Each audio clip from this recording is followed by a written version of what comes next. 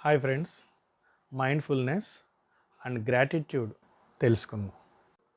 Mindfulness అంటే ప్రస్తుత క్షణంపై అవగాహనతో ఎలాంటి తీర్పు తీర్చకుండా దృష్టి పెట్టడాన్ని మైండ్ఫుల్నెస్ అంటారు. దీనిలో మొదటిగా ప్రస్తుతంలో జీవించటం అంటే జరగబోయే విషయముల గురించి కానీ జరిగిపోయిన విషయముల గురించి కానీ రెండిట్ల గురించి ఆందోళన చెందకుండా ప్రస్తుతం ఉన్న సమయాన్ని గురించే ఆలోచించడం దీనిలో మొదటి ఉద్దేశం. దీనిలో రెండవదిగా గమనించటం, మన పరిసరాలను, మన శరీరము, మన యొక్క మనస్సులో ఏ రకమైన మార్పులు వస్తున్నాయో వాటిని గమనించటం ముఖ్యం. దీనిలో మూడవదిగా నిర్ణయం తీసుకోకపోవటం. మనకు వచ్చిన ఆలోచనలు కానీ, బాధ కానీ, కోపం కానీ దేనినైనా అదే రకంగా తీసుకోవడం. దాన్ని నెగిటివ్లోనూ మాట్లాడకూడదు, పాజిటివ్లోనూ మాట్లాడకూడదు. ఈ మైండ్ఫుల్నెస్ వలన ఉపయోగాలు చూద్దాం. మన బాడీలో ఉత్పత్తి అయ్యే ఒత్తిడి హార్మోన్ అయిన కార్టిజాల్ అనే హార్మోను తగ్గుతుంది. దీనివలన మన యొక్క ఆందోళన స్థాయి, ఒత్తిడి స్థాయి తగ్గుతుంది. రెండవది, ఏకాగ్రత మెరుగుపడుతుంది. ఈ మైండ్ఫుల్నెస్ వలన మనలో ఉన్న ఆందోళనలు పోయి ఒత్తిడి తగ్గి మన యొక్క ఏకాగ్రత పెరుగుతుంది. ప్రతి విషయాన్ని కానీ, ప్రతి యొక్క సమస్యని కానీ చాకచక్యంగా కరెక్ట్గా మనం పరిష్కరించగలుగుతాం. దీనివలన మానసిక ఆందోళన, డిప్రెషన్ కానీ లేకపోతే యాంగ్జైటీ కానీ ఇలాంటి మానసిక ఆందోళనలు చాలా వరకు తగ్గుతాయి. ఉత్తమగా స్పందించగలుగుతాం. అంటే కోపాన్ని కానీ, చిరాకును కానీ చిన్నపిల్లల వద్ద కానీ, పెద్దవాళ్ళ వద్ద కానీ, మన ఫ్రెండ్స్ వద్ద కానీ కరెక్ట్గా కోపాన్ని అదుపు చేసుకోగలుగుతాం. మైండ్ఫుల్నెస్లో మనం గట్టిగా శ్వాస పీల్చటం, ఆ శ్వాస పీల్చటంలో ఎలా అయితే మనం మన శ్వాసని గమనించుతూ ఏమి చేస్తున్నాం, ఎలా చేస్తున్నాం అని అబ్జర్వ్ చేయటమే దీనిలో జరుగుతుంది. మనం నడిచేటప్పుడు ఎలా నడుస్తున్నాం, మన నడకలో శరీరం ఎలా ఉంది, మన మనసు ఎలా ఆలోచిస్తుంది, మన పరిసరాలు ఎలాగుంది. మైండ్ఫుల్ ఈటింగ్ అంటే మనం తినేటప్పుడు ఆహారం యొక్క రుచి, వాసన అది ఎలా ఉంది, ఇవన్నీ కూడా మైండ్ఫుల్నెస్ ఇచ్చే ఆరోగ్యంగా చెప్పుకోవచ్చు. గ్రాటిట్యూడ్, కృతజ్ఞతా భావన.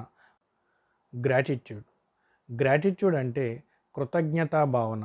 మన జీవితంలో జరిగిన మంచి విషయంలో కానీ, మనకు సహాయం చేసిన వ్యక్తుల విషయంలో కానీ మనస్ఫూర్తిగా కృతజ్ఞతా భావాన్ని తెలిపే వైఖరి.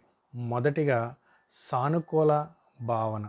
మన జీవితంలో మనకు వచ్చిన చిన్న చిన్న బహుమతులను కానీ లేకపోతే మనకి చిన్న చిన్న సహాయం చేసిన వారిని కానీ కృతజ్ఞతగా అదృష్టాన్ని లెక్కగట్టడం.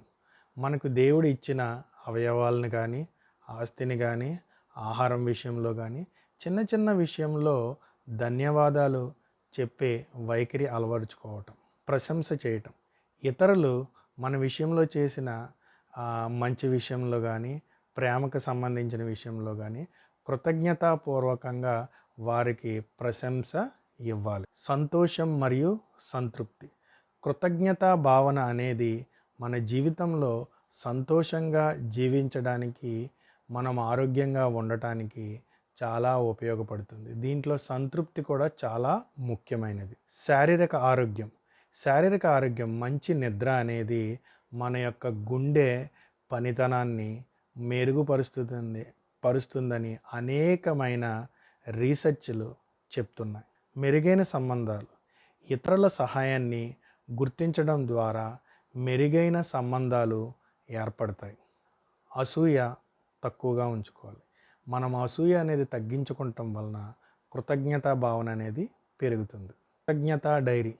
ప్రతిరోజు ఉదయం నుంచి సాయంకాలం వరకు మనం చేసిన మంచి విషయంలో కానీ, మనకు చేసిన మంచి పనులలో కానీ కృతజ్ఞతా డైరీ.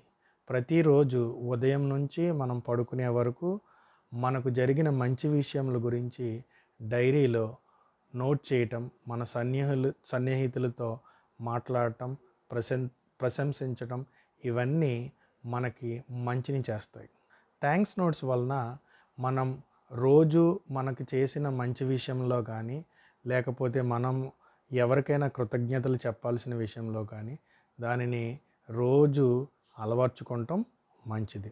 మైండ్ఫుల్ కృతజ్ఞతలు మనకు వచ్చిన కాఫీ విషయంలోనైతేనేమి, భోజనం విషయంలోనైతేనేమి మనం కృతజ్ఞత చెప్పడం ద్వారా చాలా ఆనందకరంగా ఉండగలుగుతాం. ఈ 2 పద్ధతులు గనక మనం పాటించినట్లయితే మనం జీవితంలో ప్రశాంతంగాను, కృతజ్ఞతాపూర్వకంగాను, ఆనందంగాను ఉండగలుగుతాం. ఈ వీడియో మీకు నచ్చినట్లయితే లైక్ చేయండి, షేర్ చేయండి, సబ్స్క్రైబ్ చేయటం మాత్రం మర్చిపోకండి. Thank you.